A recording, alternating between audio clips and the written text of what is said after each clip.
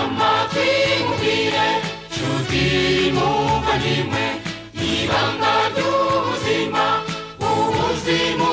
tubona Yesu niwe wenyine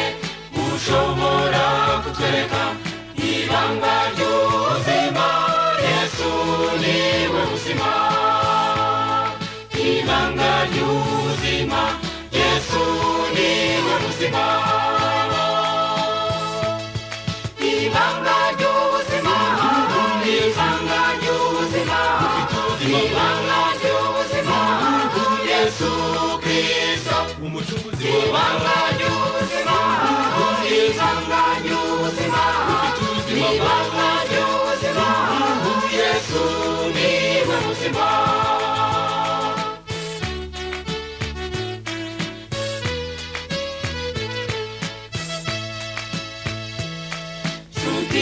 muvandimwe umvare iryo banga Yesu afite ubugingo butangirwa ubuntu ubumwaka wenyine abubona nta kiguzi ibanga ry'ubuzima Yesu niwe buzima ibanga ry'ubuzima Yesu niwe buzima ibanga ry'ubuzima ibanga ry'ubuzima ibanga ry'ubuzima Yesu Kristo umucunguzi ibanga ry'ubuzima ibanga ry'ubuzima ibanga ry'ubuzima Yesu niwe buzima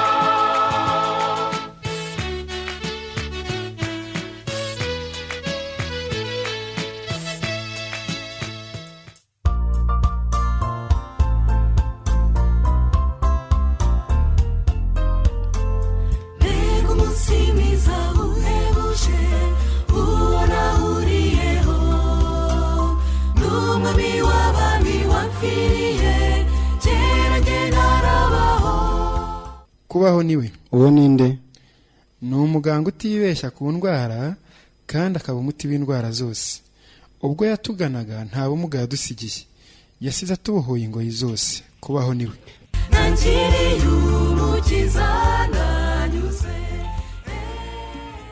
abera b'Imana baduteze amatwi hirya no hino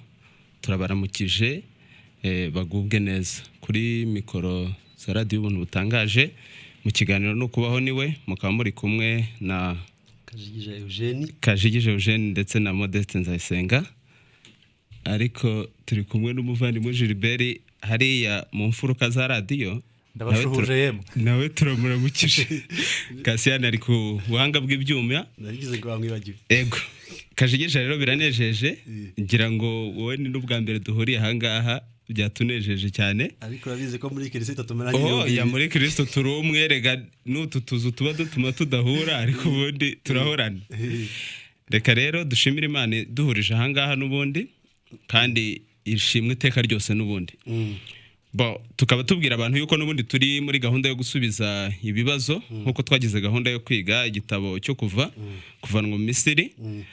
bo rero nkabangira ngo hakanya wongere wibutsa abantu ho gakeya hanyuma nitumara kubibutsaho gatoya twakira ibibazo tangira no gusubiza urakoze Modeste ngira ngo ni igitabo dusa nkaho twarangije ariko nyine dukeneye kuzajya twibukirana urya ubutumwa bwiza ni ibintu twihutira kwibagirwa yego dutinda kubyumva kandi tukihitirwa no kubyibagirwa icyo kibazo rero niyo mpamvu tugomba mu by'ukuri guhora twibukiranye ibyo twize kugira ngo mu by'ukuri tuzirikane bino bintu ko ni ibintu by'ingenzi ni nacyo guterana kwera kumaze nicyo guterana kwera burya niyo mpamvu duteranye ubu ngubu ku rino teraniro rigari ureba ahangaha rero twabonye ibintu ngiye kuvugira hamwe mu minota itarenze 3 cyangwa 4 kugira ngo abantu badukurikiye baze kumva mu by'ukuri ahantu twe turi twabonye ikibazo igice cya mbere kitangira kigaragaza ikibazo kigaragaza ko Abisiraheli bagiye muri Egiputa ariko bavuye i Kanani yego ngira ngo ikibazo Bibiliya yagaragaje nuko i Kanani bibwira ko nta biryo bihari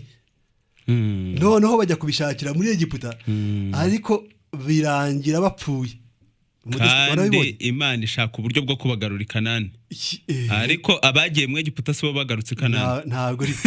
icyo nicyo wari uvuze ko bapfuye byarangiye bapfuye yego byarangiye bapfuye none Imana ishaka uburyo bwo kugarura abantu i Kanani ariko batari babandi twarabibonye mu buryo bw'umwana w'intama twarabibonye ko bapfuye ariko kandi no mu buryo bw'inyanja itukura nabwo barapfuye mbese bapfuye bapfuye kabiri mbese barapfuye ngo bapfuye ibyaha byabo babihaniwe kabiri n'Uwiteka ubwo urabona ko mu by'ukuri habaye ikibazo noneho Imana ije gukemura ariko nanone Imana ikomeza kuyobora yego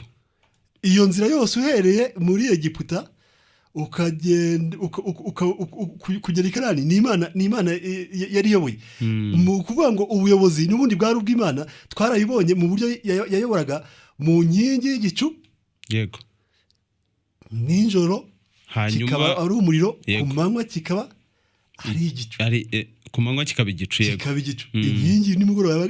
nijoro yabaga ari umuriro ku manywa ikaba ari igicu ni Imana yari iyoboye ariko si ukuyobora gusa n'ubundi ni Imana yari inabatunze yego muri urwo rugendo rwose twabonye manu yavaga mu kime cyavaga mu gicu ubundi igicu cyavagamo ibintu byose niba warabibonye burya igicu nacyo cyavagamo urutare rukaza rugaha abantu amazi kandi urwo rutare rwari Kristo ariko rwari Kristo wakubiswe na Mose yego mbese Mose uhagarariye amategeko y'Imana ubundi ni Kristo wagezweho n'ubutabera bw'Imana nicyo ni ukuvuga ngo bari bayobowe n'Imana bagatungwa n'Imana ubwo uvuze ako kantu wenda reka mvuga ikindi kintu tutabashije kuvugaho mu kuva igice cya 33 ni Kristo wajanjaguwe Mose igihe yakaga kubona ubwiza bw'Imana burabagirana Imana yaramubwiye iti nta kundi wambona icyakoze hari ahantu bugufi bwanjye nawe uzahagarare ku rutare ubwo rutare kandi tubona mu bakora intoko ari Kristo hanyuma numara guhagarara ku rutare nge ninjya kukuyereka nzagupfuka mu maso nimara kugupfuka mu maso ubone mu mugongo wanjye kuko mu maso hanjye ho ntihaboneka mu mugongo wahetse no ubundi ni Yesu Kristo mu mugongo wa Mariya ni umwana yatuvukiye hanyuma numara kubona mu mugongo hanjye nkimara kukunyuraho nzaguhisha mu busate bw'igitare ubundi ubusate bw'igitare ni Kristo wajanjaguwe wabaye umuntu urumva urutare rwacishijwe bugufi hanyuma inyoko muntu ikajyamo mu busate bw'igitare Imana ikabubikamo aho ngaho ngo kuko Mose yabonye ubwiza bw'Uwiteka kuko abantu ngira ngo ni ibintu bamaze kubona urumva rero kugeza aho ngaho ni Imana yabakuye muri Egiputa ni Imana kubyerekeye gucungura ni Imana yabacunguye ibakurayo no kuyobora ni Imana iyo ni nayo inabatunze ngira ngo inasitanga n'isezerano yego ngira ngo rero wowe watubwira kubyerekeye inzu nayo mu minota itarenze 3 nkuko twayivuze ngira ngo wenda usubiye inyuma gato ngo tubone uko dusimbuka ku byo bagenzi bacu bari bavuze ahantu ugeze ubu ngubu rero noneho ni igihe Imana ishaka ahantu ho gutura kuko ubundi Mose yayibonye iri mu gihuru idafite ahantu ho gutura irangije rero ibwira Abisiraheli ngo bayiremere ubuturo iture hagati muri bo kuva igice cya 25 umurongo wa 8 ubwo buturo rero nibwo twatinzeho wenda ndavuga twebwe mu gihe twigishaga namwe mufite ibindi mwatinze ariko twese turafatanyiriza hamwe kugira ngo dusubize bene data tuganire ubu buturo bwari bugizwe n'ibice bitatu ndibuka ko twahereye ahera cyane hanyuma tujya ahera hanyuma dusoreza mu rugo ahera cyane rero twabonye ko harimo ariko tutarajya aho ngaho twavuze ku bintu by'amaturo byagombaga kuzanwa kugira ngo ubwo buturo bwubakwe byari ibintu by'uburyo bugera kuri butatu hari iby'amabuye y'agaciro muri ayo mabuye y'agaciro harimo izahabu ubundi ishushanya ubutunzi bw'ubuntu bw'agakiza dufite muri Kristo Yesu hanyuma hakaza ifeza ubundi igereranywa ikiguzi cy'uburyo twacunguwe twaguzwe rero ibirenze ifeza n'izahabu Bibiliya irabivuga hanyuma hakaza umuringa bigereranya ubumuntu bwagombaga gupfa ni ubumuntu bwo muri Kristo, ariko nka Kristo wambaye ubumuntu bwakoze icyaha bugomba gupfa. Inzoka y'umuringa abantu barayibuka. Hanyuma hakaza ibiva ku nyamaswa, nabyo byerekanaga ubugingo bw'umuntu bugomba gupfira muri Kristo. Hanyuma hakaza ibyo ni ibitambo byatambaga. Hakaza ibiva ku bimera, n'ubugingo buziranenge butajorwa bw'umwimerere Yesu Kristo yarazaniye inyoko muntu. Ubwo ni nabwo twazukanye ikatuzurana nawe. Akabuto kishaka kapfuye kugira ngo kakamera izindi nyinshi. Ariko nanone ibyo bintu igihe twabisuzumaga, twari turi kumwe n'umugabo witwa Seti, twasanze bigera kuri 12. N'ubundi byerekana yuko ibyari byubatse inzu y'ubuturo bwera cyangwa ihema ry'ubuturo bwera ni inyoko muntu muri Kristo. Rero twaje kubona ahera cyane dusangamo ikintu cyitwa isanduku. Isanduku yari ikoze mu giti cy'umushita cyangwa umunyinya, ariko igiti ukigereranije n'izahabu mu by'agaciro igiti cyaba kidafite agaciro cyane. Noneho izahabu akaba ari ifite agaciro cyane. Igiti rero cyazimanganijwe n'izahabu imbere n'inyuma, kandi bashyiraho umuguno w'izahabu, kandi barangije bapfundikizaho intebe y'ihongerero cyangwa icyo bita igipfundikizo, ariko nacyo gifatanye n'abakerubi nabo bakozwe mu izahabu gusa, kugira ngo ibyari birimo hasi igiti kitazamuka, ubunyantege nke bwa muntu bwose butsembwe butagaragara, hagaragare ubutunzi bw'ubuntu dufite muri Kristo, izahabu. Ariko nanone kuko muri icyo giti hari harimo amabuye ayanditseho amategeko, kandi amategeko yo kwicisha umuntu, ayo mategeko yagombaga kuzibishwa n'ubuntu agaceceka, kuko igiti ntikibasha kugaragara, kandi nanone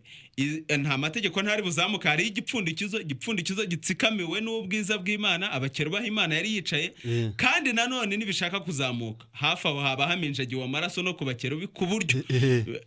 Imana ibwira amategeko iti rwose ziba ceceka, ibyo washakaga byagezweho, uwagombaga gupfa yarapfuye. Mbese amategeko yashatse kuzamuka abona amaraso, abona amaraso ariko ntiyanazamuka ngo abone amaraso. Imana yonyine niyo ibona amaraso, ikabwira amategeko iti ceceka igumira aho ngaho amaraso yabonetse. Yego, ibyo ni ubuntu bugeretse ku bundi, nibyo twavuze.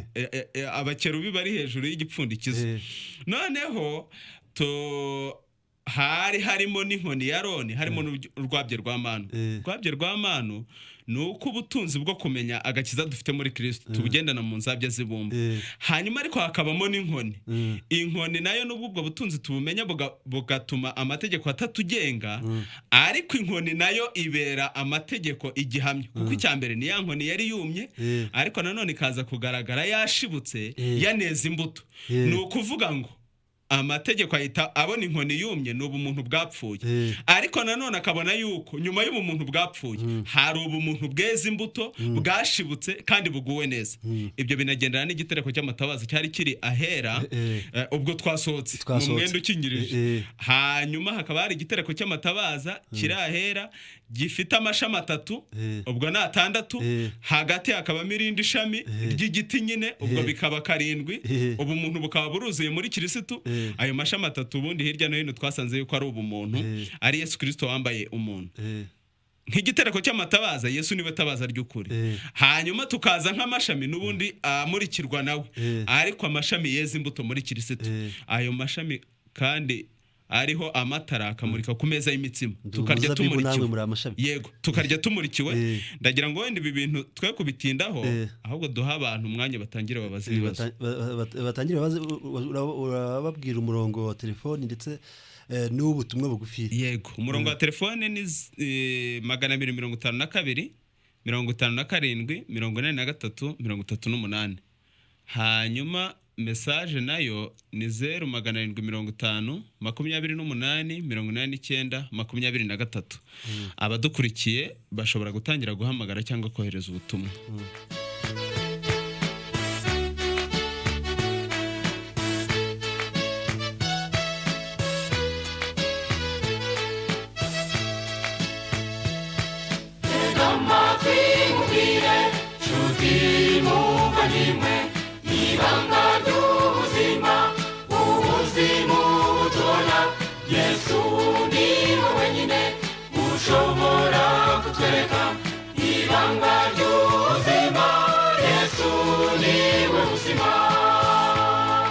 Ibanga ry'ubuzima,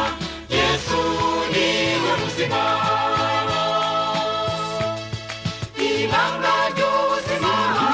ibanga ry'ubuzima ibanga ry'ubuzima Yesu Kristo umucunguzi ibanga ry'ubuzima ibanga ry'ubuzima mwiriwe neza ni Mahano Majaruguru umurenge wa Busengo inde Mahano Bonaventure yego Bonaventure none muri mu kiganiro turi mu kiganiro kubaho niwe takurikiye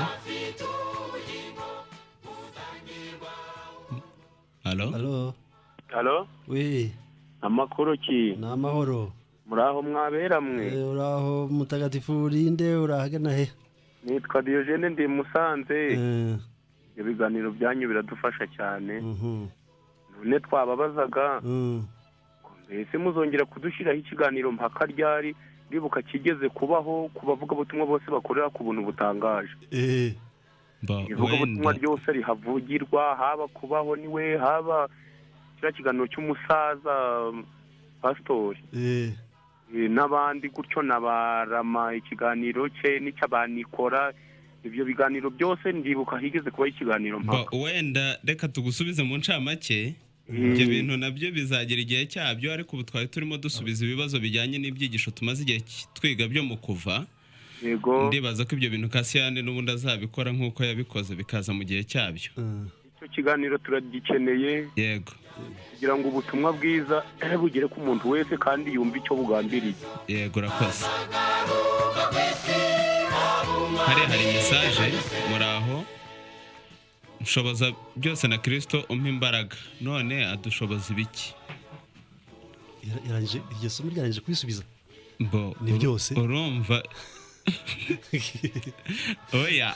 reka wenda tuvuga aka kantu gato yakajige hari igihe abantu bumva ngo nshobozwa byose na Kristo umpa imbaraga bagahita bazanamo cya kintu cyo gukora yuko hari ibyo bananiwe gukora none Imana igiye kubashoboza ariko bibuke Pawulo uyu nguyu wavugaga ngo nshobozwa byose deja ibi bintu turi kuvugaho bene data baraye babivuzeho birakwereka yuko abantu batubaza n'abantu bamwe nubwo babaza ari benshi ariko burya bose bafite ikibazo kimwe bifitemo ibintu bashaka gukora bumva bananiwe hanyuma bagashaka yuko Imana izabibashoboza ibyo bintu ntago bishoboka icya mbere babikora kugira ngo bagenze gute babikora kugira ngo bagaragare neza ngo baheshe Imana icyubahiro buriya bagendera ku isomo rivuga ngo nuko abantu babona imirimo yanyu myiza bahere ko bahimbaza iso mu ijuru nta yindi mirimo myiza abantu bazatubonaho nta bundi bwiza abantu bazatubonaho twabonye yuko iriya mitsima ni imitsima yo kumurika imbere y'Imana ariko ni n'imitsima yo kumurika imbere y'abantu Yesu Kristo ni umutsima w'ubugingo tumurika imbere y'Imana ariko nanone ni umutsima w'ubugingo tumurikira abantu kuko tuwurya tukabaho kandi umuntu ubundi ahinduka ibyo ariye ni ukuvuga ngo imbere y'abantu niba bashaka gukiranuka kwacu tubamurikira Kristo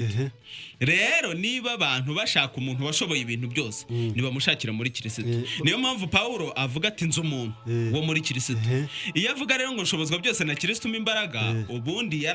ntabwo yaraza ahantu akura imbaraga none agashaka gukora ibyiza mubara mu gice cya 7 bikamunanira akabona akora ibibi hanyuma arangije aza gusoza avuze ati Imana ishimwe ko izajya inkiza muri Kristo ibyo bintu rero ni muri Kristo ntago ari ibindi bintu dushobozwa Allo namahoro ushobora kugabanya radio yawe ko iri kutwangiza amatwi ya radio Abraham Rwamagana yego marakomeye cyane ariko uracyari hafi ya radio Abraham icyo nashaka kuba yego ariko radio yawe iri kudusakuza cyane mu mbaraga za muntu nubwo abantu tugerageza tugashaka ko wenda gushaka mu by'ubunyangamugayo tukagita ubukristo ariko reka dushima Imana yuko nubwo Satani yigaruriye isi hari ikintu Imana yakoze bare ku giti cy'ubwenge n'ikibi n'ikiza none cyane badusaba rero nuko biriya bintu byiza twariyo rwose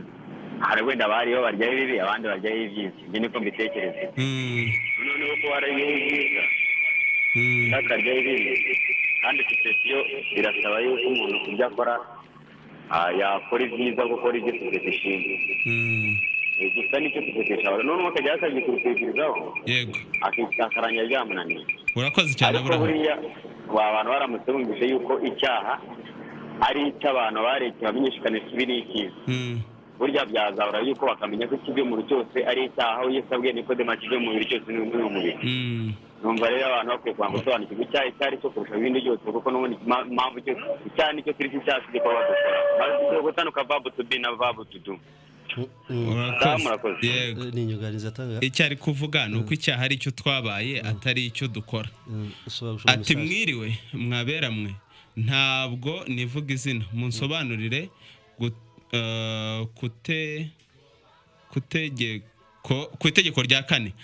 aho hari urujijo murakoze ni mu mpe nimero zanyu byaba byiza yohereje ize. Hanyuma itegeko rya 4 twavuze ko tuziga ku kintu cy'isabato reka twe kubicamo. Musome Ezekiel 18 umurongo wa 21 kugeza 24 nushaka ubuhareba wenda turaza kubigaruka nyuma. Nahabonye havuga iby'umunyabyaha nahindukira akava mu byaha bye ariko reka dushima Imana ko nta munyabyaha wigeze uhindukira ngo ave mu byaha bye. Ariko ikina cy'abantu bacyumva guhindukira ukava mu byaha bye ni iki? Ni ukwihana ni iki? Ni uguhindura icyerekezo. Hari uburyo Pawulo yumvaga azagera ku gukiranuka akakwishakiramo byaramunaniye ahinduye icyerekezo abonye ibintu nk'uko Imana ibyumva. Ubundi hari abantu bari bemerewe kurya iriya mitsima yo mu buturo bwera twarabibonye kuri Dawidi ni ukuba abo bantu batabonanye n'abagore abagore ngo babanduze. Ni ukuvuga igihe cyose wize inyigisho z'amadini inyigisho z'amadini kandi ni uburyo ubumuntu bwumva agakiza ntabwo ushobora kumva ibintu nk'uko Imana ibyumva. Bisaba rero guhindukira ukaba utegeranye n'abagore nibwo ushobora kurya ku mitsima nibwo ushobora kurya Kristo ukamwumva. Nk'umuntu wize itangazamakuru iyo radio nta murongo ngenderwaho ifite kuko hatambukaho ubutumwa budahuje birababaje. Edmond Kimiro ariko ahubwo bwari n'umunyamakuru yakagombye kubaza icyo bita liberté d'expression kuko muri liberté d'expression habamo ibitekerezo bitandukanye ariko kuba ibitekerezo bitandukanye ntibivuze yuko abantu badakuramo buri wese bimureba. Ntugitindeho n'igitekerezo cyo uri ahubwo sinzi n'impamvu mvuze ibyo byose kuko si ubutumwa bwiza iki. 446 ya message muri aho ni Nikodemo Augustin w'Igatsibo ubuturo bwera bwari mukanwaga mu gihe cy'Abisiraheli babaga bakomereje aho Abisiraheli babaga bakomereje urugendo mu butayu. Ubwo se bimukanaga ibyari bibugize byose? Yego abatambyi burya barazaga bakabubambura bagashingura inkingi zabaga zishinze buri muryango wose ubundi wari ufite ibyo uremererwa wo mubare we hanyuma bakabwikorera bagakomeza bakagenda. Mbese ni dore ndi kumwe nawe iminsi yose yagendanaga nabo muri aho ati none ko mu isanduku habagamo na manu iyo ibyayo bisobanurwa bite ukurikije ibyo mumaze kuvuga? Ngira ngo nabivuze kurya manu kwacu ariko iyo manu ubundi tugomba kuyirya ni nk'umutsima w'ubugingo ariko iyo manu ikaba iri mu rwabye ni ubutunzi bw'ubuntu tugendana ubuntu bw'ubugingo dufite muri Kristo ariko tukaba kubumenya kwabwo iyo turi umutsima ubundi ni ukumenya Kristo kubumenya tukaba tubigendana mu nzabya zibumba. Niyo mpamvu tugira mwuka w'Imana kugira ngo azahamirize mwuka wacu mu Baroma 16 umurongo wa 8 akagenda ahamiriza mwuka wacu yuko turi abana b'Imana. Hanyuma mu Bakorinto 4 umurongo wa uhereye ku murongo wa 5 kumanuka hasi yego hakavuga ko ubwo butunzi nyine tubufite mu nzabya zibumba. Icyo kintu nacyo ndumva yarushaho gucyumva ashaka kuzagisoma akakibona neza hari yemwe mwabagabo mwe mufite ubwenge butangaje cyane gusa twaranezerewe ariko muzakomeze nyabona ntimuzabure kuko mubuze agahinda ntitwagakira niba ari sayi ariko tekerezo cye ariko nakura amaso ku bantu ayashyire kuri Kristo. Ibi bintu ndagira ngo mubwire ko turi abantu nkawe kandi rwose yumve ko ibintu twahishuriwe nawe hubwo ashobora guhishurirwa ibirenzeho nta nubwo ashobora kuko Kristo niwe waduhindukiye ubwenge. Yego nawe ni uko nguko sinzi niba hari indi telefone cyangwa indi message. Yego ati komeza umanuka hepfo ati ese koko Mose yayibonye ibitugu ibyo bitugu se byaba byari bimeze nk'ibya Kasiye njya numva avuga cyangwa Mose yirinze kugira icyo abivugaho. Kuki? Ni Kalisa Inyanza arashikije Kalisa, ariko abantu bamenye iki kimwe natwe nkuko twakimenye nuko igitabo turi kwiga cyo kuva yewe na Bibiliya yose ni ibishushanyo, ariko ibishushanyo bifite icyo byerekezaho. Si ngombwa rero yuko igishushanyo kiza gisa n'ibyo gishushanyo. Kuba Mose yarabwiwe ngo ntushobora kumbona mu maso, ko nta mbona mu maso ahubwo uzambona mu mugongo. Reka tusomere yasomo kugira ngo ni ikintu kinumvikana. Ni kuva 33 umurongo wa 21 ngo kandi Uwiteka ati hariho ahantu bugufi bwanjye nawe uzahagarare ku rutare kandi ubwiza bwanjye bukikunyuraho nzagushyira mu busate bw'igitare ngutwikiriza ikiganza cyanjye ngeze aho marira kunyuraho. 23 maze ngutwikurureho ikiganza cyanjye urebe mu mugongo hanjye ariko mu maso hanjye ntihaboneka. Azariya mu mugongo ntabwo ari ku bitugu, ni mu mugongo. Yego. Abantu rero bahita ni ryari Imana yigize igaragaza mu mugongo hayo. Ubundi iboneka nyine igaragaza ubwiza bwayo ni iki? Ni igishushanyo cya Yesu nk'umwana.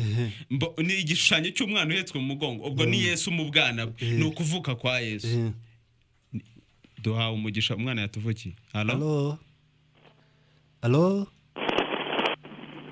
Ubuntu butangaje. Halo? Halo?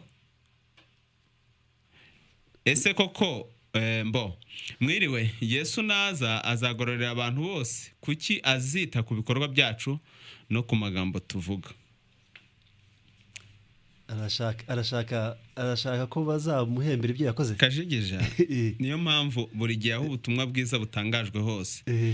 ni ubutumwa bwiza buvuga iby'ingorane y'icyaha n'umutima yayiboneye muri Yesu Kristo. Mwuka yaje nawe atsinda bise akabemeza ko bibeshye ku by'icyaha,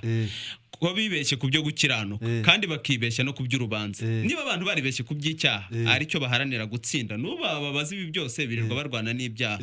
Abantu bakibeshya ku by'urubanza arirwo bavuga ko bazacirwa, bakibeshya ku byo gukiranuka ariko baharanira. Ubundi ubwo abo bantu bazi iki? Ku buryo bumva yuko bakwiye kwishingikiriza ku mirongo runaka yo muri Bibiliya, hanyuma bakavuga ngo ubwo byanditse bityo ngo none se ko muri Bibiliya birimo. Ariko ibyo bintu nabyo tugomba kubirenga, byo kuvuga ngo nabonye isomo rivuga ngo, ariko uko waribonye umurongo wariboneyeho ubundi si wo ryanditsemo. Rero mwuka namara kuduhishurira akatwemeza ko twibeshye kuri ibyo byose. Ubundi nayo mpamvu abantu basigaye bavuga bati Bibiliya tubona ubu ngubu muri kwigisha ko atari yo dufite. Abantu bakumva yabaye barabaza ati iyo niyo dufite cyangwa ni oya Modeste nawe ubundi utari wamenye ubutumwa bwiza ubundi iyi niyo. Ariko nanjye niko byangendekeye ubitubona ibindi bishye kandi niko bimeze. N'ubundi niba wari mu cyerekezo runaka, niba wagenda gureba iburasirazuba ubona ibintu by'iburasirazuba, niba werekeye iburengerazuba ubona iby'iburengerazuba, ibintu rero biba bihindutse. Niyo mpamvu rero hari yari kuvuga ngo abantu ngo bazareba ibikorwa ari imirimo bakoze n'amagambo bavuze, ariko bagaruke kuri iki ibizarebwa n'iby'abandi n'iby'abantu. Iyo haje umuntu rero nababwiye ko nta wundi muntu Imana ikeneye kureba, nta wundi muntu Imana ikeneye ko amujya imbere keretse Kristo. Niyo mpamvu Pawulo ahita avuga ati nzi umuntu wo muri Kristo. Iki kintu ntabwo tugitindaho ko natwe ntitwakiyumvishije. Mwuka azakomeza kucyumvisha abantu.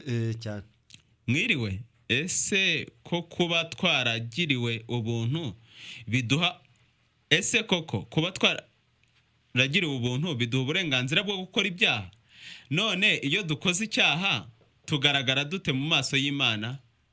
Yitwa Emi. Sinzi niba hari icyo wakivuga. Kino kintu baragishubije inshuro zirenze igihumbi. Ubundi ndatekereza ko kino kintu tutanagitindaho cyane, ariko ubuntu n'ubundi Bibiliya ko tutaduha uburenganzira bwo gukora ibyaha, ariko bukanatanga uburyo bwo kudakora ibyaha. Mbese twebwe bapfuye ku byaha twakomeza kubiramiramo Mode? Niba warapfuye warama. Reka iryo somo muri Bibiliya ijambo ry'Imana baranditse ngo mbese twebwe bapfuye ku byaha. Ubundi gupfa kwacu icyo twapfuyeho ni icyaha none se umuntu ubu waba wapfuye kuri wowe warangiza ukongera kubaho kuri wowe ubundi icyo twapfuyeho ni icyaha ubundi kongera kubwira abantu nyuma yo gupfira muri Kristo ngo bakora ibyaha ni impamo n'ukuzura kaboze ubuzanye inuza y'inzaduka n'ukuzura kaboze kuko ibyo bintu byaraboze nahabyo ntihakibuka kuko twapfuye ku byaha intumbi rero ntikora kuby'ibyaha turi intumbi hanyuma kubwo muri Kristo turiho. Allo mwiriwe na ambasaderi ni ku Muhima hari isomo hano riri mu kuva igice cya 20 umurongo wa 8 aravuga ngo wibuke kweza umunsi w'isabato mu minsi 6 ujye ukora aba ariyo ukoreramo imirimo yawe yose ariko uwa 7 niwo sabato y'Uwiteka Imana yawe ntukagire imirimo yo wose ukoraho ni ukuvuga ngo dukurikije no Bibiliya dusanga batubwira ko tugomba kuruhuka umunsi wa sabato nitugire imirimo dukoraho tukawuruhukaho none ngiye icyo nibaza uno munsi bashizeho ngo kuruhuka isabato ese ntabwo bari bawushyiriyeho abantu twese hanyuma kuki abantu batayikurikiza ngo bajye baruhuka ku munsi wa sabato ahubwo bakifatira indi minsi yabo kajigije n'uyu muntu uduhamagara uratwumva neza ikibazo ni iki twavuze yuko ikintu cy'isabato n'ubundi tuzagira igihe cyo kukiga ndibaza ko nawe ariho ikibazo cyawe cyerekeza reka tuzabiganireho ikindi gihe mu buryo burambuye nta kibazo urakoze cyane kubw'ikibazo cyawe hari indi message ati mwiriwe ati nge ndabona kwihana bikenewe kandi imigisha yose Imana yahaga abantu mu buzima abibona mu gutegeko kwa 2 nimugira mutya nzagira ntya nimugira mutya nzagira ntya ndabasaba ati ndabasaba nimero zanyu turaza kuzimuha ndabona yohereje ize turaza kuzimuha nta kibazo kirimo dukomeze hanyuma ati mwiriwe nge ndabona kwihana bikenewe yabigaruye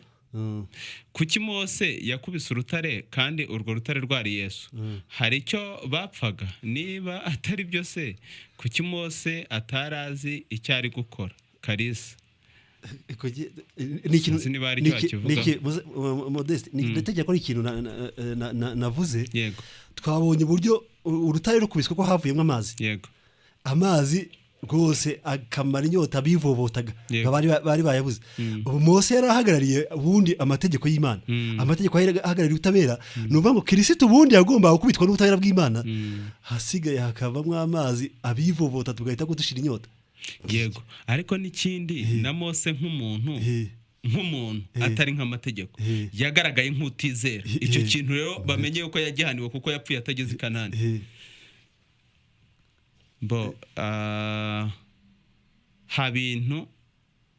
ngwiki cyangwa hari ibintu bibiri numvise bitandukanye ba Jean Marie na Kajigija bavuze ko mu mugongo h'Imana ari ugupfusha kw'Imana mu bihuze n'ibyo muvuze ko mu mugongo ari Yesu mu mugongo wa Mariya iki kintu reka mite nkivugaho mu buryo bwihuse nituvuga ikintu kimwe tukavuga ko uyu munsi kivuga iki ngiki hanyuma undi ejo akaza akigisha akavuga ko mu rindi somo kivuga iki ngiki ntibizacanga abantu kuko hamwe Kristo abagaragara nk'umwana w'Imana ahandi akitwa inzoka sibyo ahandi akitwa umutsima iriya nkoni ya Aroni bari bafatanyije na Mose iriya nkoni igaragara ubundi ari inkoni iturutse ku Uwiteka wabona ko ari inkoni mvajuru yarangiza ikaba inzoka yarangiza kandi ikarabya uburabyo ikagira gute ibyo rero ni ibintu bitandukanye biterwa n'aho bisomye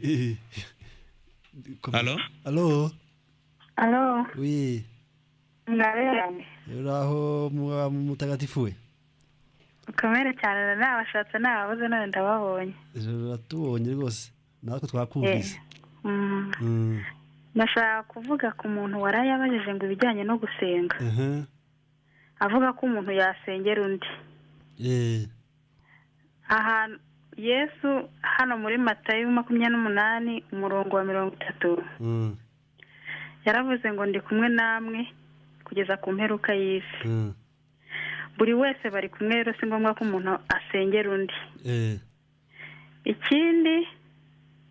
ndashaka kubaza abantu bavuga ko bakomeza amategeko. Nanjye baze kunsubiza.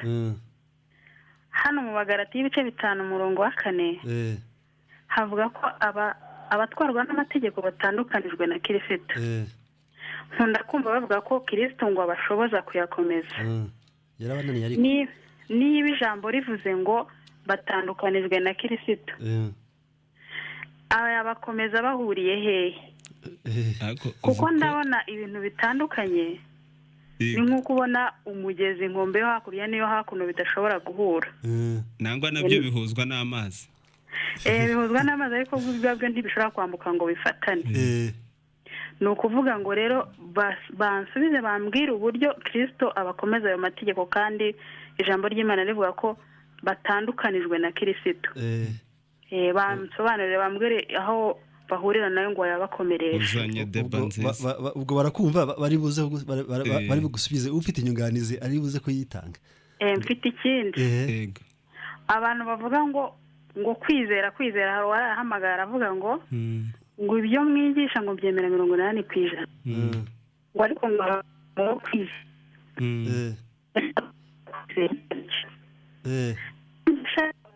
Kwizera ni akazi yiveho. Ubwo kwizera wese ntazishakamo kwizera ngo kubone we niyireke abeho Kristo aboneho Kristo gusa we ari wariho wabone ko atariho. Kwizera ni kimeze ubundi. Ngira ngo wasabye kwizera wenda twahita turamusubiza ko ashatse yasoma Bagalatiya 3 umurongo wa 21 kumanuka hasi kugeza kuri 27 agahita kwibyumva. Okay, uracyari kuri telefone. Ashobora kubyiyumvamo kwizera. Ariko mu mubiri we nta hantu azabyumva nkuko umuntu arya kumva arahaze ntaziyumvamo kwizera. Gusa niyireka akivaho akareka Imana akaba ari itegekera muri we niho azabona ko atwarwa n'Imana kandi yizeye. Urakoze cyane. Ubwo niba ntibeshye so ukunda kutwunganira cyane ntiwigeze kuduha isomo ryo mu Baheburayo. Halo? Yagiye ariko akunda kuba hafi yacu nicyo navugaga. Soma message. Reka dukomeze message. Ati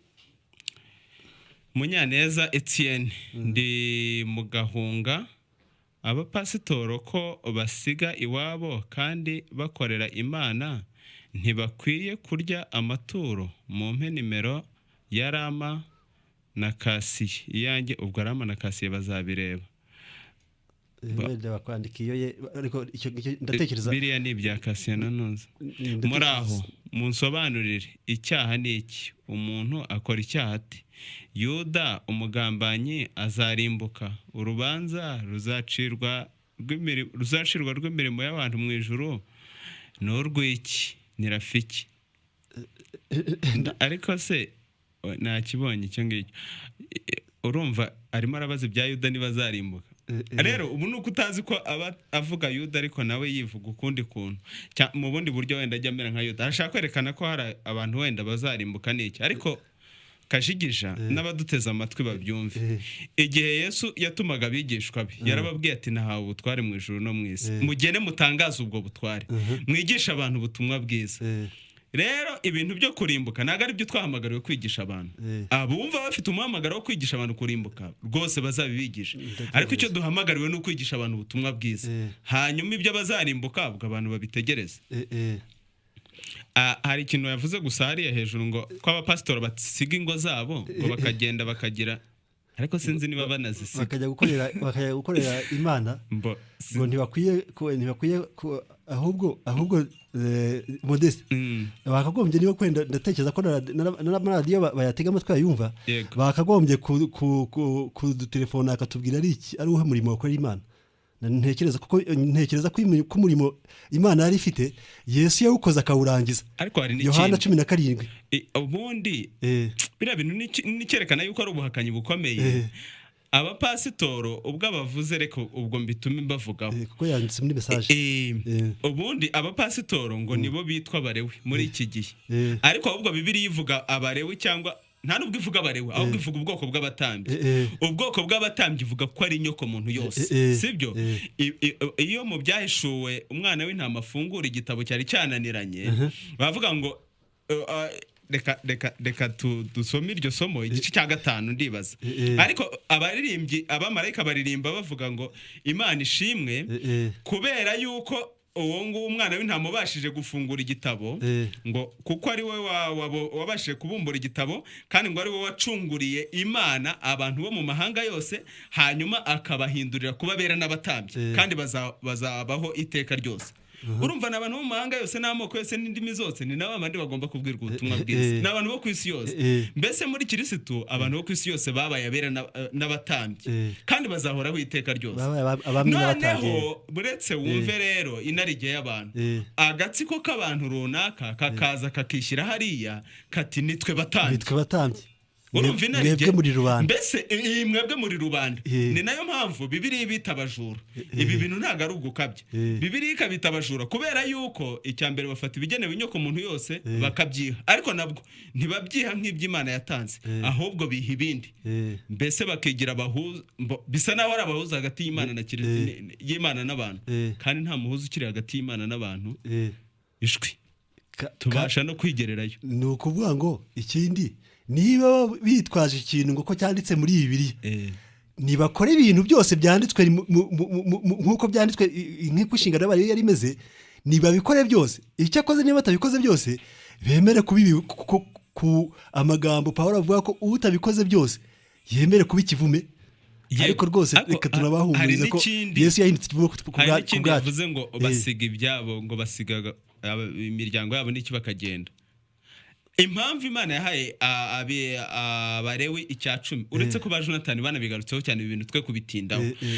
ariko Imana yabahaye icya 10 kuko nta gakondo bagiraga. Uzambwira umupasiteri utagira havuka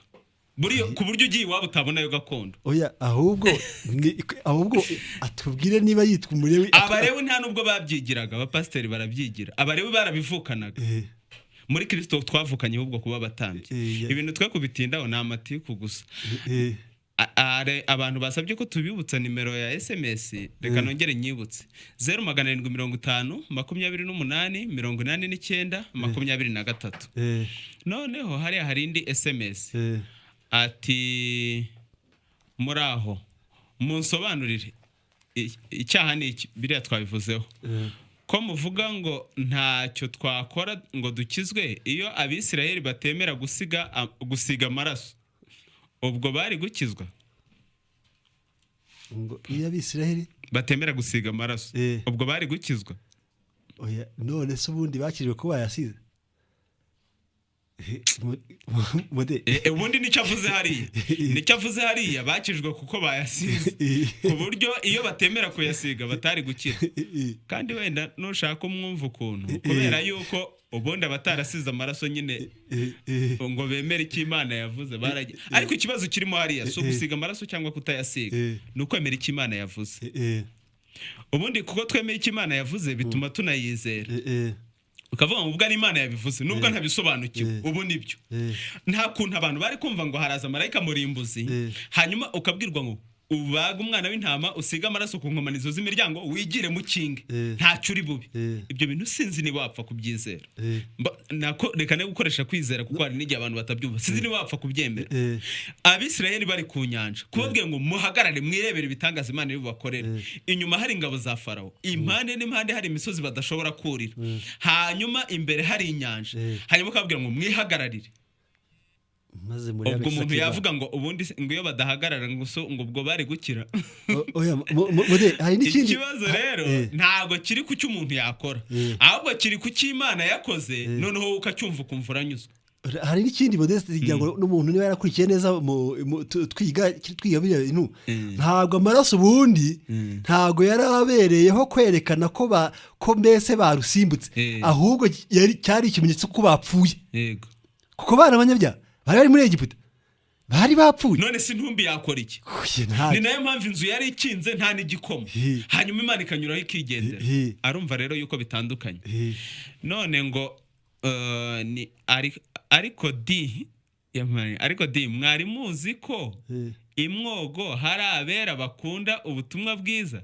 dukeneye kumenya impamvu Imana yashyize imbere yacu ubugingo n'urupfu uyu muntu ukuntu yanditse message ye birasekeje atariko di mwe muzi ko imwogo hari abantu bakunda ubutumwa bwiza ati dukeneye kumenya impamvu Imana yashyize abantu imbere ubugingo n'urupfu hari iki kivugaho mude ikiriho hariya ikinejeje nuko hari abantu bakunda ubutumwa bwiza ibyo birahagije ubwo bakunda ubutumwa bwiza na biriya yibaza ngo impamvu Imana yashyize abantu ubugingo ikabashyira imbere ubugingo n'urupfu kugira ngo bihitiremo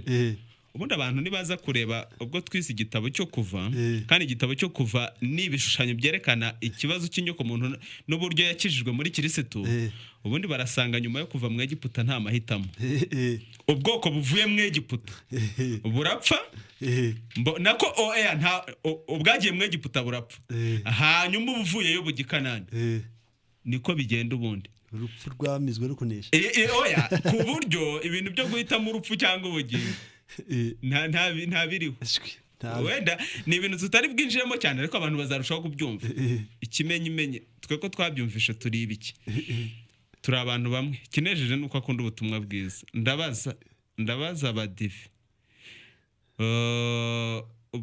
b'umunsi wa karindwi ko bigisha ko Yesu yagiye ahera cyane mu 844 Stefano akavuga ko yamubonye muri 40 ikiriho iriya message nayumvishe kuko ubundi ni ibintu natwe dukunda gutindaho iyo twigisha ubuturo bwera abadive nabo ko icyo bazi nuko biriya bintu babyigishije nabi ubundi babaye abahindukira bakabaye bahindukira nkuko bemeje yuko bibeshye ko bavuze ko Yesu azaza muri uriya mwaka hanyuma ntaze bakagombye kongera gusubira inyuma niba umwuka w'Imana bakemera ko akorana nabo rwose nk'abantu b'Imana bakongera bagasubira inyuma bakemera ko icyo kintu bibeshye kuko no kwibeshya rwose ko nibavuga ko Yesu yagiye mu ijuru mu 844 barahita bavuga ahantu yarari muri iyo myaka yose ya Bibiliya irahita kubivuguruza nkuriya muvandimwe wanditse Stefano n'ahandi henshi Bibiliya irahita kubivuguruza mu Befeso haravuga ituzurana nawe itwicaranya nawe ahantu ho mu ijuru turi muri Kristo Yesu mu ijuru Yesu akimara kuzuka yahise ajya mu ijuru aragaruka yiyereka abigishwa be arongera asubira mu ijuru nta gihe yamaze ku isi hagati aho yarari ubwo rero bakwiriye kwihana kuri icyo kintu bundi ibyo ni ibintu byoroshye ni allo yego mwiriwe neza ahubwo dufite ikibazo kuri radiyo ntabwo ari kuvuga neza abatekinisiye babidukorera kuko biri kujya bicikagurika ntitubyumve neza urahagana he nitwa Nsengiyumva ari Indera sawa mugerageze n'imirongo ubwo n'abatekinisiye baragerageza yego ahubwo ubundi mwaje mukeneye rwose kugira ngo muruhure imitima ya benshi kuko ntabwo n'abandi bavuze ngo mutabuze ngo sinzi aho twajya ni ukuri ko Imana nguca anezerewe kandi ahubwo gira ubutumwa bwiza bwaje bukenewe ko natwe twari tumeze nk'amwe twari tugeze kure rwose mujye mukomeza mudukebere twumve ijambo ry'Imana icyo ritubwira yego murakoze cyane kandi mugire ibihe byiza yego nawe ni inyunganizi ati Stefano aterwa amabuye nyine iyo ngiyo twayisubije ndatekereza twayisubije iyo twayisomye iriya twayivuze mwabagabo mwe muri aho ndifuza nimero zanyu izanjye ndiziriye ndi Nyamata ariko abantu nitujya gusoza baze no gutega amatwi turavuga nimero zacu ndumva ari byo byoroshye ndumva nta kibazo cyo gutanga nimero hanyuma twapfuye ku byaha bamwe barabyemera abandi ntibabyemera none aya mahara kubiri Yesu ayabona ati ariko natwe dusuhuza bera turavuga tuti ababizi n'abatabizi ababyemera n'abatabyemera ariko ntibibabuza ko ari abera Yesu rero uko abibona icyazi ubundi azi umuntu umwe n'uwo muri Kristo yaba abizi cyangwa atabizi kuba atabizi bihita bizana ubutumwa bwiza kugira ngo bubwirwe abantu bo mu mahanga yose n'amoko yose niyo mpamvu icyo nzi cyo kajigi abantu bari guhakana ubutumwa bwiza cyangwa banibwira ko baburwanya icyo nzi cyo ntibarabumenya ntago warwanya ubutumwa bwiza sinzi ko baburwanije kuturusha cyangwa Pawulo ntibarwanya ubutumwa bwiza Oya rwose. Allo? Halo. Yego. Ni Manuel. Yego Manuel. Hari umuntu waruvuze ku bigerekeranye no kwizera. Sibyo ko nabuze isomo ariko ndagira ngo mvuge ayo magambo wenda muramenya ahantu yanditse. Aravuga ngo mbere kwizera kuheshwa no kumva. Kandi kumva ijambo rya Kristo. None icyo ndimo kuvuga. N'abaroma 10:17. 10:17. None se niba kwizera guheshwa no kumva. Umuntu iyo abwiwe. Ubwo urumva kwizera ari mbega nukuvuga ngo nta muntu ubwira undi kwizera. Ahubwo umuntu abwirwa ijambo rya Kristo. None yabwirwa ijambo rya Kristo ryo rimuhesha kwizera. Yaryumvise cyangwa se yaryumvise. Nicyo kintu navuga ku byerekeranye no kwizera ko wenda hari ukuntu navuga ngo kuki mutigisha kwizera ariko kwizera numva atari inyigisho ahubwo inyigisho ni ijambo rya Kristo. Noneho ubwo rero umuntu yumvisha ijambo rya Kristo numva ari ikintu kiremwa muri we kwizera atari iyo nyigisho ahubwo inyigisho ari ijambo rya Kristo. Yego urakoze cyane. Ndumva ari inyunganizi yatanga. Bon. Ati mwiriwe musobanurire kwihana ngo ni uguhindura icyerekezo ariko simbyumva neza murakoze guhindura imyumvire nanone mbese ugahindura uburyo wumvaga ibintu ariko nabyo babyumve ntabwo ari wowe wihana ngo ngiye guhindura imyumvire ngo ngiye guhindura ikere ahubwo ijambo rya Kristo ryaza ugasanga ibintu bitandukanye nuko wabyumvaga Nikodemo akabwirwa ngo ukwiye kubyarwa ubwa kabiri bikamucanga gusa ubwo nasubira mu nda ya mama urumva ko asubiye muri bya bindi by'ibyerekezo yararimo hanyuma ariko birangira Imana imweretse ko ibyo bintu bitandukanye yuko kibyawe n'umubiri gikomeza kuba umubiri kibyawe n'umwuka kikaba umwuka rero iyo ubutumwa buje nibwo buduhindura icyerekezo ukumva uburyo wumvaga ibintu biratandukanye ati bite ni byiza nari narabuze umwana ndasenga araboneka nta miti nyoye kuki mupfobye okay aravuze ni ibintu by'amasengesho atanze ubuhamya nari narabuze umwana ndasenga araboneka ati kuki rwose mudupfobereza amasengesho icyo bintu kuki ariko kuki upfobye amasengesho y'abantu umuvandimwe Jonathan yarayavuze ijambo nanjye nkunda gukoresha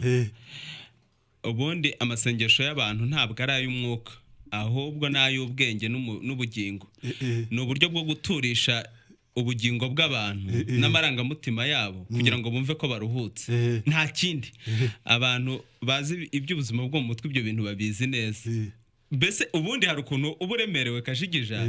nk'ubu ngubu ni urugero wampamagara nko kuri telefone kuko uzi kujya umpamagara ukaruhuka ukampamagara niyo naba ntari kukumva neza mbese ntiteguye no kukumva ariko nkajya nikiriza gusa nkikiriza warangiza ukumva uruhutse ubundi ni nk'ibyo ngibyo amasengesho nayo ni naho haturutse biriya bintu byo gusenga abantu bavuga ubundi gusenga uvuga ni ukugira ngo uruhuke no mu buzima busanzwe iyo uvuga rwose uraruhuka iyo ugiye muri abo bantu bajyana n'iby'ubuzima bwo mu mutwe ikintu cya mbere bagufasha ni ukuvuga ubashije kuvuga ubundi ni ikindi kintu ngiye nyita intwaro gakondo ni intwaro gakondo rwose gusa halo ni tarike yo kumenya ugarutse ndumva tutari kumvikana neza sinzi telefone yawe ifite ikibazo kihe nari ngarutse yari nitange rike yego reke ndagira ngo mbabaza akabazo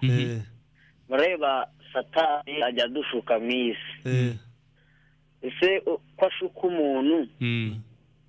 afite ububasha bwo kureba mu mutima we icyo atekereza ndagira ngo mumbwire niba satani amenye icyo umuntu atekereza mu mutima we byo aradushuka byo turabizi urakoze reka mbanze ndagize icyo kintu cy'amasengesho gatoya biriya bintu abantu bazanye nk'amasengesho nko kuvuga ni uburyo bw'abantu bwo kugira ngo nibabwira Imana bumve baruhutse cyambere Imana ifatwa nk'ishobora byose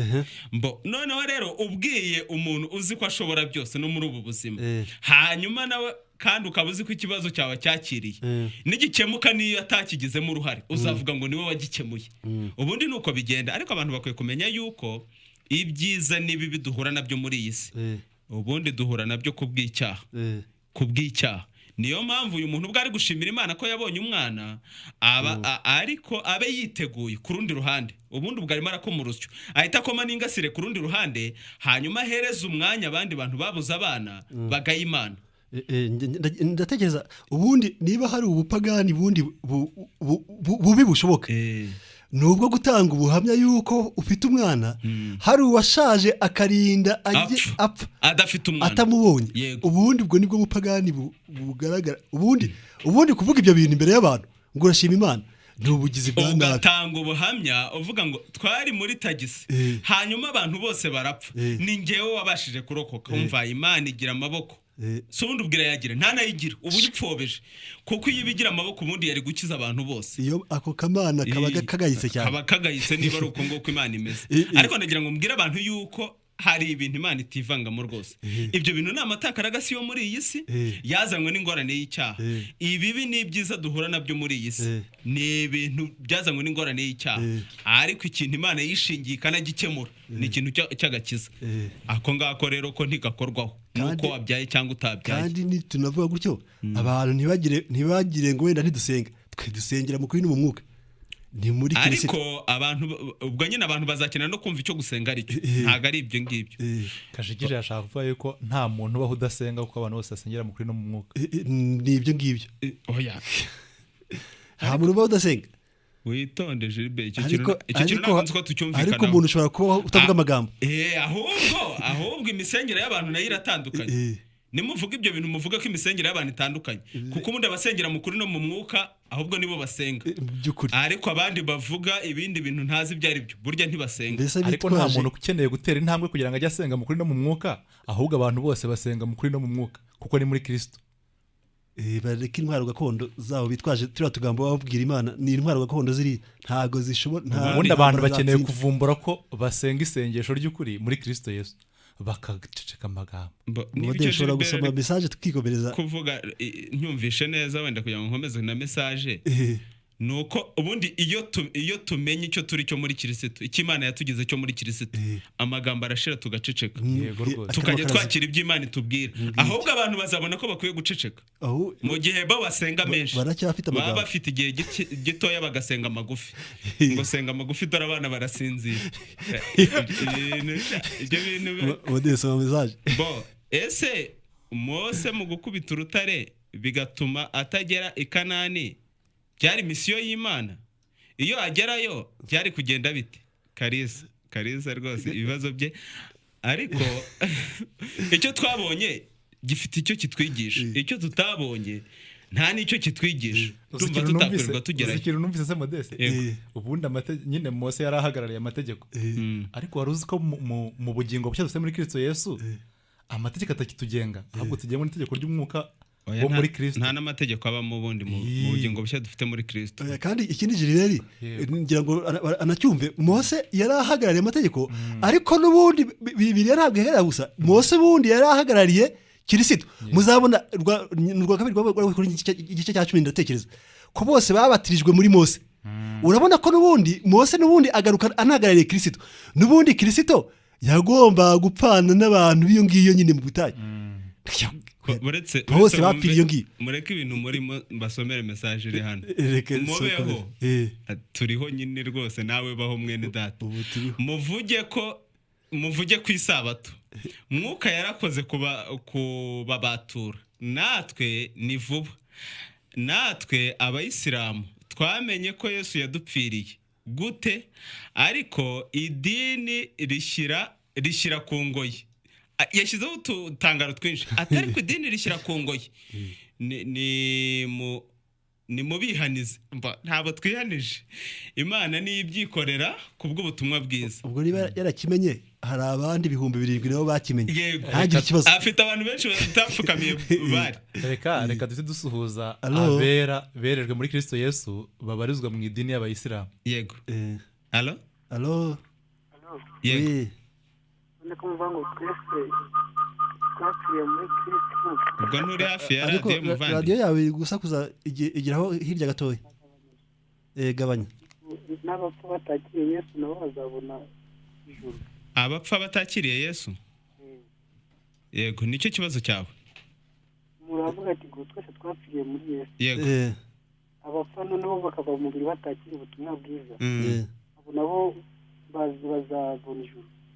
yego wakupa tukagusubiza. arashaka abapfa batakiriye ubutumwa bwiza atese ngo abo bantu bazabona ijuru nicyo kibazo afite ari byari kibazo twaherekanye dusubiza ku kintu cy'abantu bakunda kuzana cyerekeye abantu bazarimbuka cyangwa batazarimbuka bazajya mu ijuru cyangwa abatazajyayo ariko Kajigi reka tubwire abantu ikibazo tutazasubiza ni icyo ngicyo tuzigisha abantu ubutumwa bwiza rwose ibindi babitegereza cyangwa babifata uko babyumva ariko ikiriho ahangaha ni iki nuko Yesu yavuze yuko mu bimenyetso byose bizasoza ibindi kandi ubu butumwa bwiza bw'ubwami buzigishwa mu isi yose bubuhamye bwo guhamiriza amahanga nibwo imperuka izahera ku isi reka ahubwo twigisha ubutumwa bwiza ibindi abantu ubwo nibategereze kuko bafite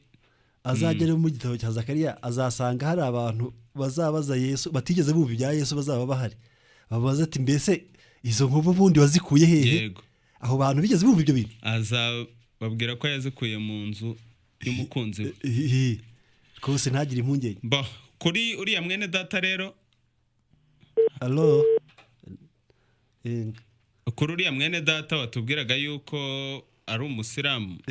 ariko se nawe wenyine rega abantu bagomba kwakira ubutumwa bwiza baturutse mu mahanga yose n'amoko yose n'indimi zose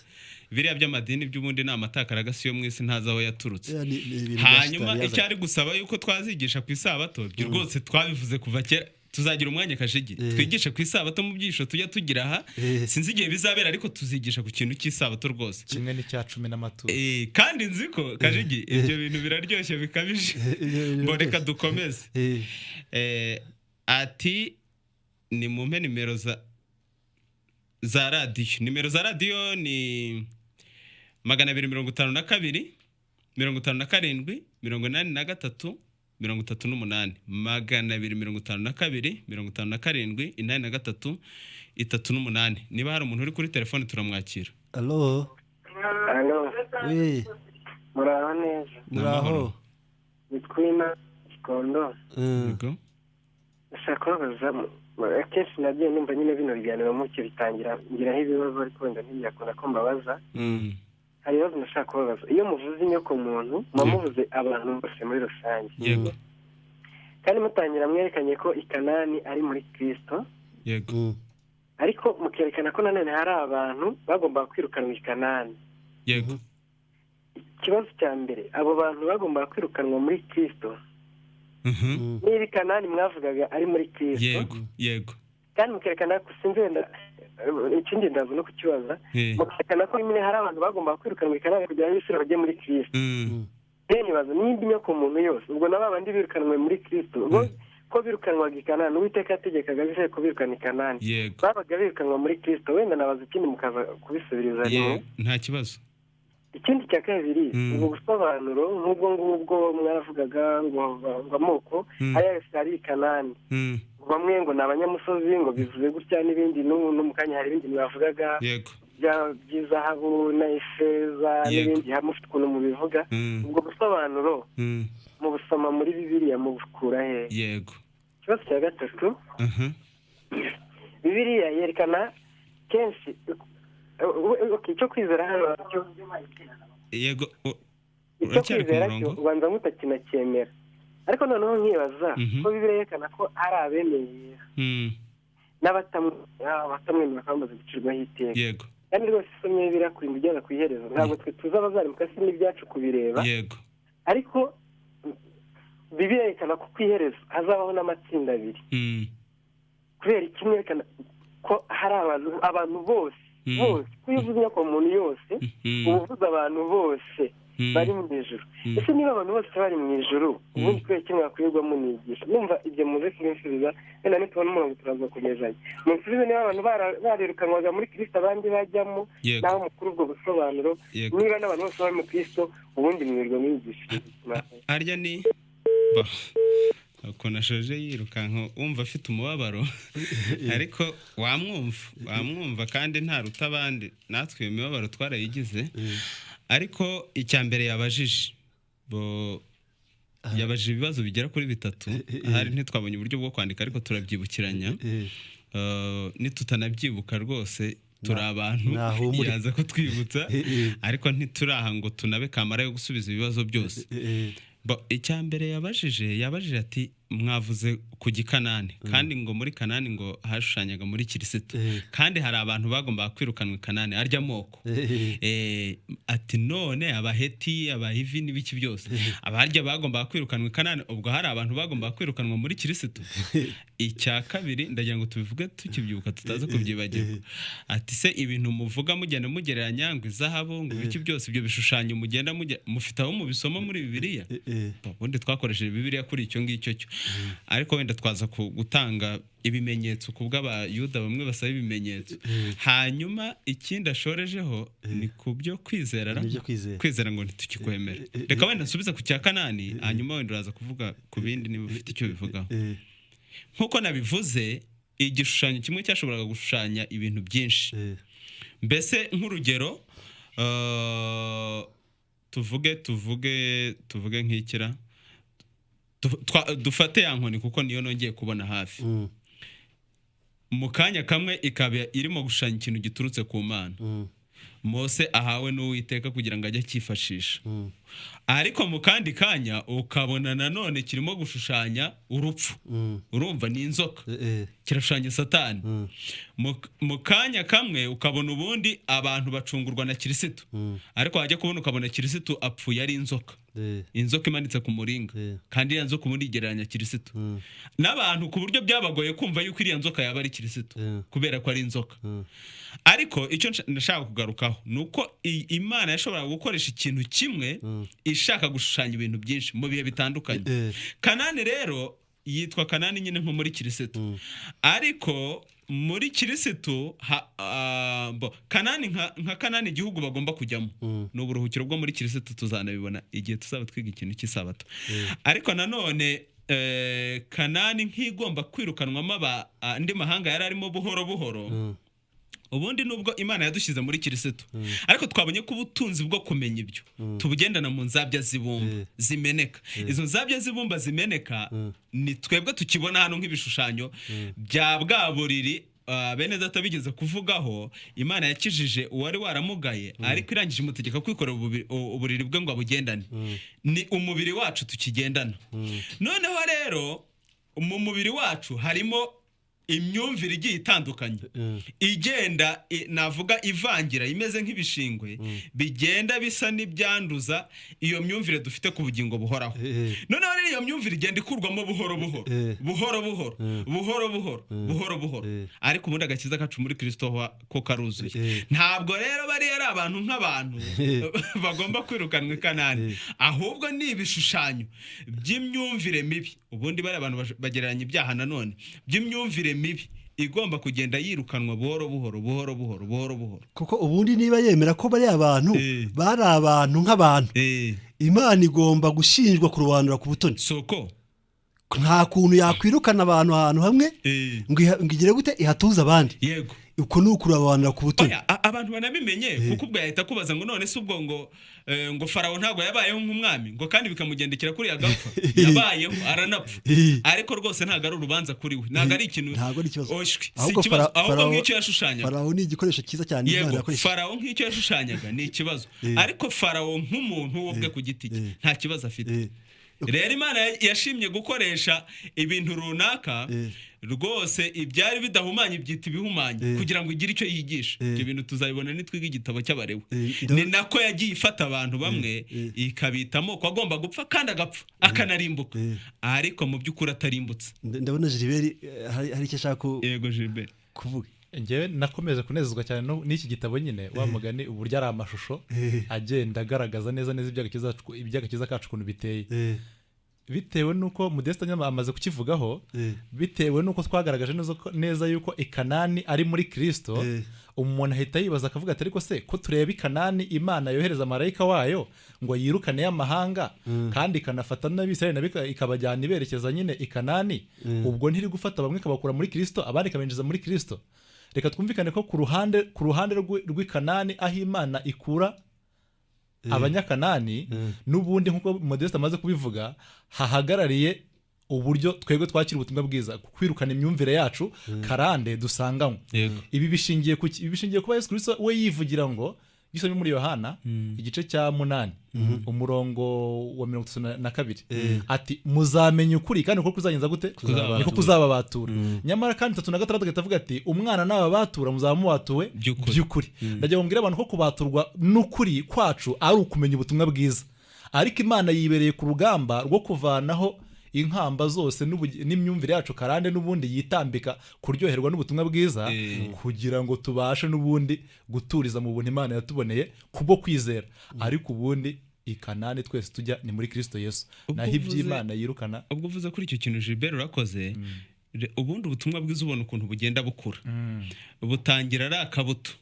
bukarangira bubaye igiti cy'inganzamarumbo urumva ko bugenda bukwira ahantu hanini. Yesu arabivuga mu byakozwe n'intumwa ati kandi umwuka nabamanukira muzabagabo bo kumpamya muhereye i Yerusalemu ni Yudeya no kugeza ku mpera y'isi. Aho hantu ni kugenda wigira hirya. Pawulo we yavuze ko habaho impinja muri Kristo hakabaho n'abakura kugeza ku kigero cya Kristo. Ntubona se yuko nyine ari umurimo w'Imana kugenda yigizaho ibintu byose. Imana igenda ikuramo ibishingwe mu myumvire yacu izo nkamba nkuko abivuze. Hari abantu bahita bavuga batari ku bundi ko ejo bundi twari turi kumwe mu madini mwigisha muri Kristo twumva biryoshye muvuga gutanga kimwe mu 10 mu mucyo w'ubutumwa bwiza muvuga kuruhuka isabato mu mucyo w'ubutumwa bwiza muvuga kubatiza mu mucyo w'ubutumwa bwiza none muje kuyoba mute ni marayika w'Uwiteka n'ubundi uri imbere agenda avanaho abahivi villager Canaanite abo bita abahevi nuko bose akagenda bakuramo none se nibamara gushiraho bigomba kuvaho tuzaba dutuje rwose kandi tunezera. Oya kugeza ubwo muzagera ku kigero cyo guhagarara kwa Kristo abantu babumva ibyo bakumva no kugenda ureka ubusambanyi kwiba kugira gute nabyo babireke reka dukomeze ku bwa societe ariko ibindi byo oya ni imyumvire igenda ihinduka ku gakiza. Wasomye bizarre message zisigaye soma zira message zisigaye dusoza kugira ngo dushaka ukuntu dusoza uriya mwene data mbabarira muha isomo rimwe mwibutsa kandi twakomeje kuvuga mu Bakorinto urwa kabiri rw'Abakorinto cyangwa urwa mbere igice cya 4 ku murongo wa 7 ubutunzi bwo kumenya ibyo azabisomo uhereye mu gice cya 3 tubugendana mu nzabya zibumba bo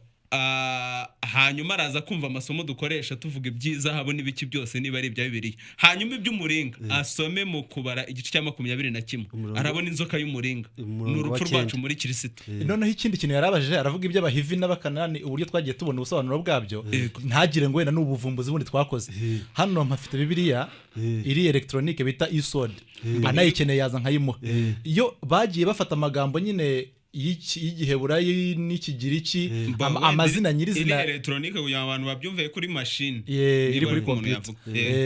noneho ayo magambo afite amazina nyine mu kirimi kiwabo afite uburyo asobanurwa mu Kinyarwanda abantu baribuka nk'ububata Farawo yakoreshaga Abisirayeli abubakisha imisozi ibiri uwo bita Pitomu na Ramses. Ibyo bintu iyo misozi abantu baribuka ikisobanuro Pitomu yasobanuraga nyine the mouth of integrity mbega akanwa kirate byo gukiranuka noneho hakaza n'uwo bitaga Ramses nawe wasobanuraga nyine ngo the thunder of standard ni ukuvuga ijwi rirangurura urugero abantu bagomba kugeraho ariko mu buryo bw'inkuba noneho n'ububata neza n'ubundi ubona twiberamo muri ubu buzima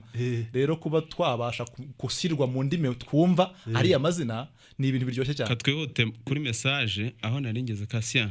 ati muhora n'Imana nitwa Paul ati rero idini turimo hajemo kugura no kugurisha kandi bigurwa amafaranga aruta yo ku isoko rusange ese biremewe mubivugeho nabo bumve ubu ni bwa bujura bwitwaje Imana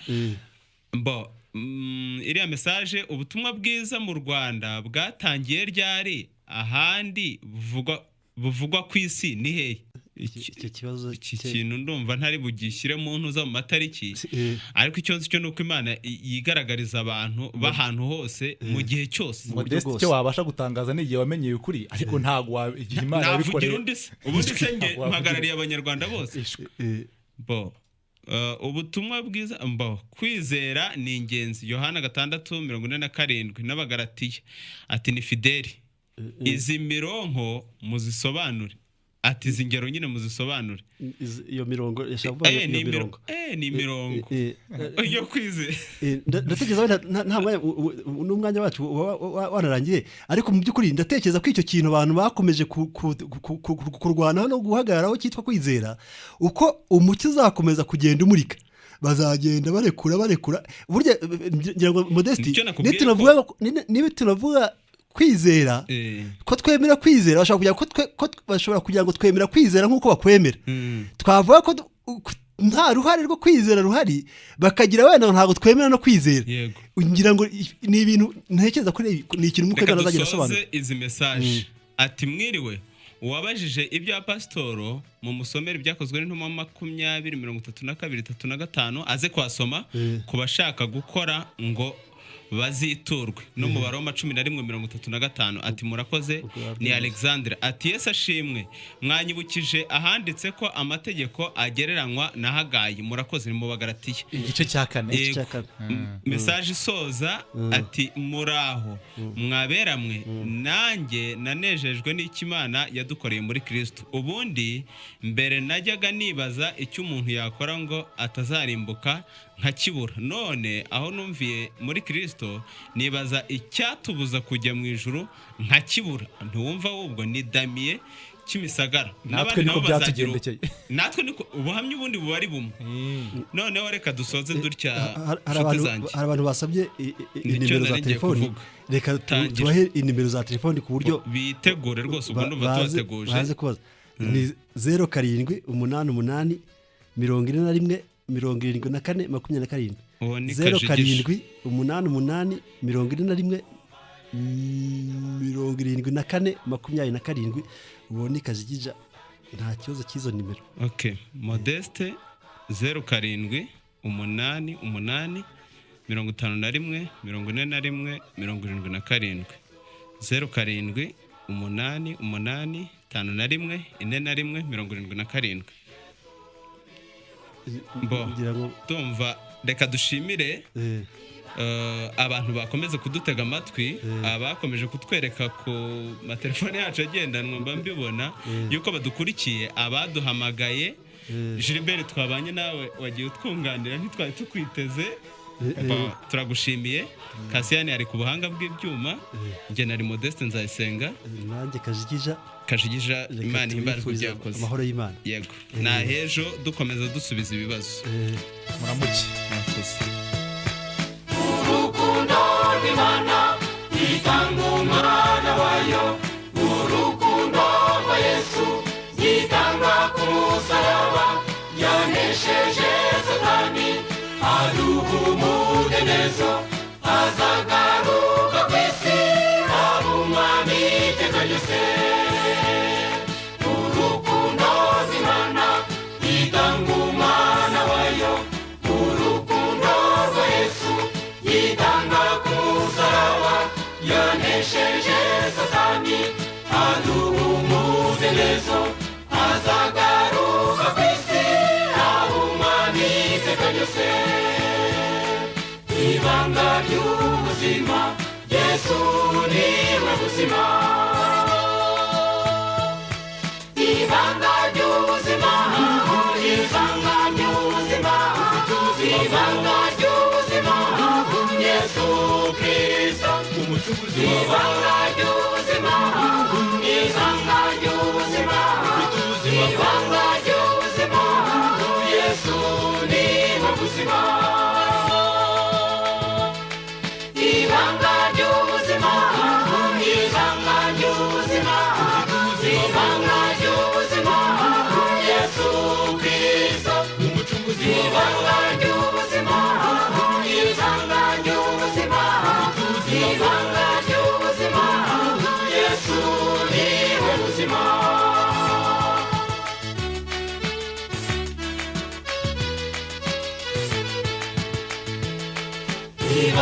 ry'ubuzima